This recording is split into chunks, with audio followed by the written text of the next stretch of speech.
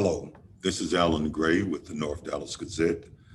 On September 10th, we spoke with City Councilman for District 3, Casey Thomas, and we asked him his view on some compelling issues that are before us today. So you were first elected in 2015 and re-elected with a landslide of sorts, is that right? In 2017. In 2017 is when you were re-elected. Re-elected, yeah. Good. So tell me, what are you most proud of? What accomplishment are you most proud of since your election? Well, I would say, you know, the ability to get people to be more involved and make their voice heard more. My first year in office, I had about 20 community meetings, and just to get people in the habit of being able to come out and express whatever their concerns are. Then also doing some training on some educating on how the service request process works. Okay. How to get things done, at the local government level. Good. As far as an actual, act or things, been several. One has been replacing the second save that used to be at 67 in Redbird Lane, right, with our 21st Century Fitness Center, Fitness Connection, which really, and then a facade, which is basically a facelift, on that shopping center. And shopping center been there about 40 years, never had any kind of upgrade. And so that was a couple of things. The other thing is we actually have a senior activity center that's in Oak Cliff, in the shopping center where South Dallas Cafe is located. Right. I'm gonna make my way over there. I qualify now. It's been open a little less than a year. Yeah. Volume up a little bit. I think you came to my church and made that announcement. Oh yeah. Whenever they open. Yeah. And you're on too many committees to mention, man. But there's some that I particularly want to commend you for. You're on the Workforce Education and Equity Committee, Human and Social Needs Committee, and one that my next line of questioning is going to be around is the Public Safety Committee. Right. So the Human and Social Needs Committee was under the previous mayor. This mayor took that committee and changed it to Workforce Education and Equity, and I'm the chair of that committee. Okay. And I'm vice chair of Housing and Homeless Solutions. So I need to get rid of the Human Social Needs Committee. Yeah. Okay. All right. Let me get that out because I had already written some stuff. Okay. Two of the probably two, other than public safety, two of the most relevant right now committee. Exactly, and that's what I want to talk to you about. Well, no, I'm about to give them to you. Okay. Ad hoc committee for COVID that the mayor appointed me chair over. Mm-hmm. And then the Census Complete Count Committee, I'm chair of that. I was appointed chair of that under the previous mayor. So, okay. Yeah. And then I do serve on the Public Safety Committee. So yeah, I just want to make sure, it's not just about titles, it's about relevant titles and the fact that the mayors, both mayors, Rollins and Johnson, chose to appoint me as chair to give leadership to those committees. And you're doing a great job, my friend. I appreciate it. Great job. What is your take on these recent riots, protesting injustice in Dallas? Well, people have been, outraged for a long time, and unfortunately, it took the videotape murder of George Floyd to really cause people to take action. As far as rioting, looting, things of that nature, those are things that people should be mindful of the damage that they're doing to their own community and their own city when they take those type of actions. And just looking at the damage that was done in Compton after Rodney King was beaten and the officers were found not guilty. It took years, 10, 15, 20 years for that community to recuperate from those riots and protests and fires that happened in that community. So learn from Compton, you know, express your outrage, but yet still don't destroy your own neighborhood or community or your own city. Right, and from some of the protesters I talked to, believe it or not, they consider that to be a tactic, as if it's something tantamount to a child throwing his glass of milk down on the floor. It's like you didn't hear my screams until I smashed the window type situation. The proposal to rename Lamar in honor of Botham Jean, what is your take on that? I'm in support of it. What I did was I talked to Mayor Pro Tem Adam Magoo, Mayor Pro Tem Adam Madrano, whose council district that area is, a matter of fact, he's the one who reached out to me about it initially. I wanted to make sure that he had talked with some of the business owners because they were the ones that were going to be impacted the most by a street name change. And once he told me he did, then I told him I would support it. Good deal, good deal. Yeah. What is your view? How would you characterize the DPD's policy on interacting with African Americans? Well, I think we're moving in the right direction. I think some of the policy changes that Chief started to implement around the time of the protest was good. I think there are maybe 2 or more policy changes as they relate to this, 8 steps that they're asking each, in this injunction with the Obama Foundation, 8 steps, 8 actions they're asking every police department to take regarding reforming their policies. We're moving in that direction. I think we got 6 done, got 2 more to get done. And that's why the city manager asked the chief to stay on until the end of the year so they can implement those policy changes. So when a new chief comes in, they don't have to, have that responsibility. Good deal, good deal. What are the pros and cons of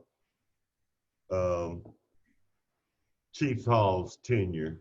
What are some of the pros and cons? I think the pros is she was very approachable. I think she was very relatable. She wanted to be out in the community a lot more. She was receptive to the change that took place, moving from a police review board to a community police oversight board. Did you chair? She was, well, you have formed it. From a council standpoint, yeah, they asked me to be the lead, yeah, and champion that through and working with the community coalition to get that done. As far as on the other side, areas, of improvement, challenges as you look, her tenure, I would say, knowing Dallas or having people close that she could trust who know Dallas. Dallas has a culture of its own. Oh, yes, sir. Being open to some of the recommendations that came from the community. She's a cop's cop. Her, father was a police officer. She spent 18 years in the Detroit Police Department before she came here. I would also say being comfortable enough to make, call shots that need to be called without, worrying about, the consequences. Same time, one other one is being hands-on, being more hands-on and not so much, delegating some of the responsibilities. Yeah, and it's surprising you would refer to her as a cop's cop because it seems like she was always in conflict with the local with DPD. Yeah. Yeah. So she gave herself a C. What grade would you appoint to her? Well, I know that grade was what she was asked about how, under her leadership, the police department handled the protests and the riots. Right. That wasn't a grade that she gave herself over her tenure. As far as that night, I would probably say, incomplete. Incomplete. Okay. Okay. All right. That's fair. That's fair. It's not too far off. And that's specifically over the course of those 3 nights that we had the riots and the protests. Mm-hmm. Mm-hmm. Her resignation, what effect do you think that is going to have on our police, DPD police, and the city itself? Well, I think I'm looking at it from 2 different point of views. You have some people who really became, disenchanted with her as a result of the police department's actions during the protests and riots. Mm-hmm. Then you have another group of people who looked at it and said, you know what, it's the first time we had a African-American female as police chief. We should give her the same amount or the same latitude that we would give a white male police chief. So you got, 2 different schools of thought of individuals. Some who were strong supporters who felt like, you know what, she had people on the inside working against her and things of that nature. Mm-hmm.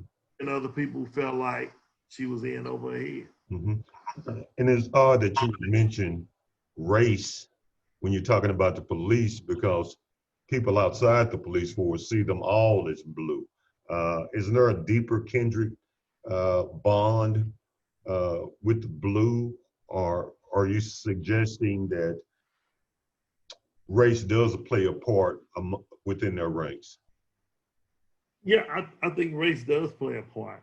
I think one of the best things that we've done as a city is through the police department is implicit bias training. Probably do it, annually, so people can see what it is that they are coming to the table with, the biases they have toward Black and brown people, maybe Black and brown males, that they may not even be aware of. But because they do the implicit bias training, they begin to see, what I thought was natural or innate, I was taught this. Oh yeah. And that's why, I may be a little more skeptical when I see a young Black man walking down the street or driving a nice car than somebody who's white. Mm-hmm. Speaking of things that are not innate, fear is not innate. And from what I'm seeing and from what they're reporting, wherever they have one of these fatal incidents, that the police themselves are afraid when they go out. Is that a fair assessment? I think there is a fear. I think some of that fear, especially when you police in Black and brown communities, could be what you were exposed to as you were growing up. Your perception of Black and brown people, and being and taking that into those communities when you get up, that's where some of that fear comes from. So the mayor presented you guys with a budget proposal, Mm-hmm. and all but one of you rejected it. What caused that budget to be rejected? Well, a couple of things. One, the mayor didn't take the time to, in advance, spend time with the council discussing why this was important to him, how it would make a difference, why he was doing it. It was thrust upon us at the meeting. Mm. Now, we may have seen the amendment, but we may not have known his rationale for the amendment. Mm-hmm. And so that's where, the skepticism or the, lack of support came from. Because you want to say $6 million or $6.5 million out of a $3.2 billion budget. Mm. How much of an impact is $6 million really going to make? And then, as one of my colleagues pointed out, Councilmember Jennifer Gates, our employees work for us not because of how much money they make. They can make a whole lot more money, but they want to give in service to government, the local government. However, if you talk about cutting their salaries, then they can say, you know what, I can make twice this amount of money working in private industry as I can working for the government. Right. So he's our second elected mayor, African-American mayor. Does it surprise you, or were you aware that some African-Americans have an aversion to our mayor? Well, I don't necessarily think it's about having an aversion to our mayor. I think, our mayor mayor was a state representative. He was state representative for 10 years. They gave him experience as an elected official. But local government works differently. We don't have a strong mayor system. We have a city manager form of government. City manager manages and runs the day-to-day operations of the city. Some of the authority in a strong mayor type situation that a strong mayor has, a mayor in a city manager form of government does not have that authority. Right.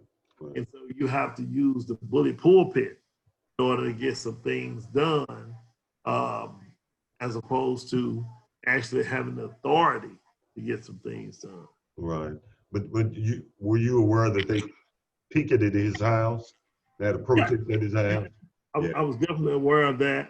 And I think, if there's a possibility where that could have been avoided, would have been an actual conversation with some of the protesters, maybe those leaders, and the mayor, to sit down and hear them out, what their concerns were, say defund DPD, what that means and how they would make recommendations to defund, as opposed to say, you know what, I'm not gonna meet with you. It's getting closer to our time.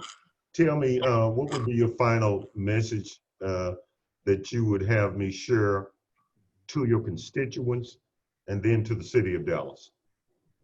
Well, one is this is not a fleeting moment. This is a moment in time.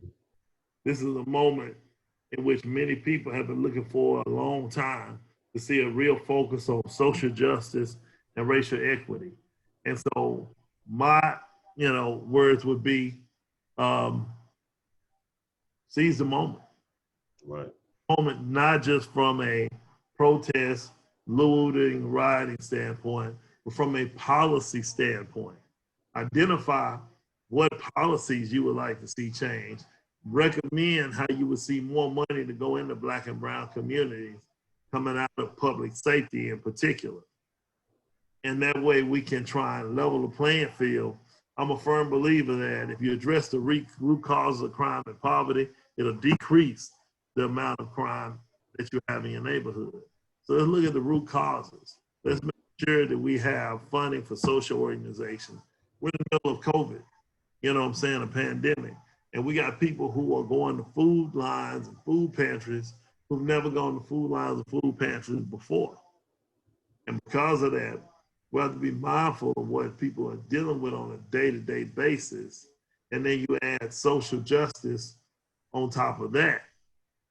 How do you advocate for social justice and at the same time make sure people who are less than or, who are the least of these, are their needs are met? Right. Okay, man. Hey, I really appreciate you. As I Oh, thanks, begin man. Let's do writing, this more often. uh, Let's do this more often.